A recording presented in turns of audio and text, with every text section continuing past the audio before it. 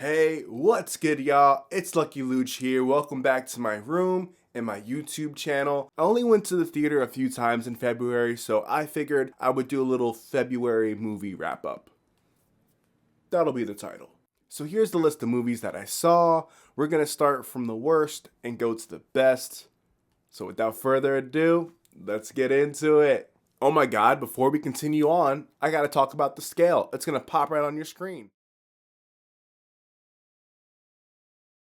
Starting at the absolute bottom, no doubt about it, is Psycho Killer. And I think the main problem with this movie is that it suffers from an identity crisis. I wasn't sure if it was trying to be a neo-noir horror, a cat and mouse chasing thriller, or a campy horror. It tries to do all of that and takes itself so serious where it didn't really have to. There's also a lot of CGI used where I didn't feel like some of it was necessary. I really wished they would replace some of that CGI with practical effects. Some of the killing and action in this movie, I felt like I should have been horrified or grossed out by, and it just feels bland, a little bit unseasoned for some reason. Most egregious thing is the jumping around of storytelling. There is a part in this movie where our main character gets thrown out of a window. She loses a fight, gets tossed out the window. You would think that like she would take a day to like heal and reflect before going on with the rest of this story, but you just see her back in a library like doing research. Usually if you get into a fight and you get thrown out a window and you get your butt kicked, you usually do some type of reflecting before you move on. So I thought like just there was a lot of stylistic choices like that, and then this plot goes off the rails. This movie also debuted at a 0 on Rotten Tomatoes. So just take that as a red flag to skip this one. And I feel bad for Georgina Campbell because she does do a decent job as our lead, as our main character, but unfortunately everything else is really subpar. I can't recommend this. This was bad, y'all. Like I'm not gonna lie. This was not good. Next up we have Good Luck, Have Fun, Don't Die. Now this was actually an okay movie. I really wanted to give this a good, but I think the third act of this movie just goes really far off the rails, which stinks because I really loved the first two acts. I thought Sam Rockwell was a rock star in this one. I really liked that Michael Pena was in this movie. Zazie Beetz. The whole cast really commits to the comedy and the drama of this movie, making it a really fun watch. And like I mentioned before, the first two acts of this movie, you know, I'm right there. Like I'm on the edge of my seat. I'm laughing, I'm entertained, the story's moving along very well. And then the third act, I feel like this movie gets a really too wacky, wild, and crazy for my personal liking. There are probably a lot of people out there that disagree with me. That's totally okay. That's totally fine. Once again, for my personal taste, I just thought this went off the rails. Like it throws a lot at you at once in this third act and into the falling action. And I wish they would have given us a little bit less because I felt like I couldn't really absorb the magnitude of some of these plot points and some of these things that are introduced. So I really wanted to like this one more. I do think it's worth it going into the theater because it is like a big movie. Right? You know, time traveler is going back into the future, and he's done this so many times, and he's trying to stop this like AI thing from happening. So I think the plot is there. I think the acting and the cast is there. It goes, you know, pretty well overall. I'm just gonna go with an okay, just because of the wackiness of the third act. I will say though that the actual ending, like the very ending, maybe the last like 5 to 10 minutes, I did really like. So even though it goes a little bit wild, it does tie the bow. So I'm gonna go with an okay on Good Luck, Have Fun, Don't Die.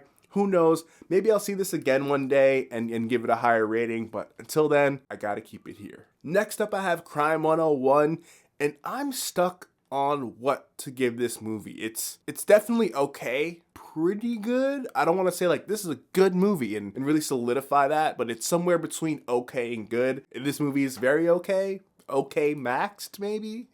I don't know, man. This is a cool, slick, sexy LA crime thriller. Well, maybe sexy is going a little bit too far, but I will say this movie has some really good like camera work, some really cool shots to get you inside the action, some good chase scenes. This is well acted. I mean, Chris Hemsworth does his thing, and I was really happy to, you know, see him in a movie where he's not Thor. But I mean, Halle Berry, does her thing. Mark Ruffalo is awesome. Mary Keoghan plays like a minor character who's a bit of a crash out. You got another Nick Nolte appearance. I like seeing Nick Nolte. He's like the OG's OG, you know what I'm saying? And even though I just said a bunch of good things about this movie regarding its cast and, you know, some of the action sequences, this movie is a slow burn.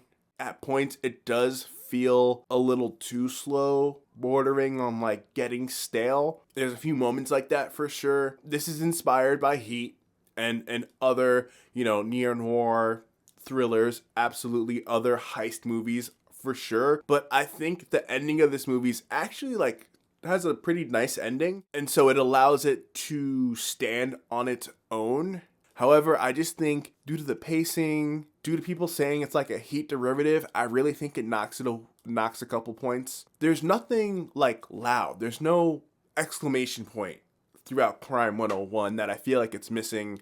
So the more I talk about this movie, the more I think I'm just going to lean on it being okay. Probably worth more checking out at home, more so than the theater. But like, if you watch this movie, like, I don't think you're going to hate it. It's just not like, oh, you know, it doesn't have that wow factor. It's just a solid flick. Next up is Solo Mio. Yo, this is a charming little rom-com. I was not expecting to like it this much, and I really found myself enjoying this movie a lot. This movie is shot in Rome, so it is beautiful to look at. Kevin James is very charming in this movie. He plays our main character who gets stood up at his wedding. And just saying that out loud just so wild to me. He winds up having to do his honeymoon on his own. And I think this is actually a good time for this movie to come out. You know, hearing a lot of things about the male loneliness crisis. And Kevin James' character, you know, he is immediately thinking like, yo, look, like I got to go home and deal with this, try to get my wife back. And he winds up taking a breath, doing the honeymoon on his own. And I think why other guys should watch this movie is how his character is able to conquer some of his fears and insecurity, and it ultimately leads him to being open and finding love again. And I think that's a really nice way to, you know, set up and go through this story. And in a world where a lot of guys are feeling alone, are feeling insecure, or not feeling confident, I think watching a movie like this and seeing somebody overcome and conquer those things could really be inspiring to somebody. So yeah, I thought this was good, bordering on very good. I'm gonna be more on the cautionary side with this one and just go with the good for now. So lastly, I want to talk about One Battle After Another. I know that's cheating a little bit because it did come out last year. I already saw it twice, but I got to see it in 70mm IMAX, and it was pretty freaking glorious. I will say, when I initially reviewed this movie, I believe I gave it an absolutely fantastic. I'm going to downgrade it to a great, which is still a really good thing to say about this movie. It's just that I think this is my 4th time watching it, and I also watched Sinners, I believe 4 or 5 times. Every time I watch Sinners, I come out of Sinners like, whew. Woo-wee! Like, that's an awesome movie. Whereas, I don't feel that same impact from One Battle After Another, which is weird. I probably should, but there are certain elements that I do understand more on every rewatch, which is Leo's performance as Bob Ferguson. I just feel like I understand it more, like why people think it's so great. At first, I was like, yeah, like I don't even think he's the best part of this movie. Honestly, I think it's Sean Penn. But I do understand it more. This is the first time in a while I've seen him not play some like player, larger than life character, and him having to play somebody who's like kind of a bum at some points, but also just a dude who wants to be a dad. That just gets bigger and bigger every time. I understand Tiana Taylor's performance and how impactful she was, because even though her screen time is fairly limited, just the main parts of her story alone are omnipresent throughout this whole movie. This whole movie doesn't happen if it's not for the action of Perfidia Beverly Hills. And also like how intense and insane the score is. It's like so subtle, but it guides you through the movie the whole time, which I think is awesome. And lastly, that car chase scene at the end.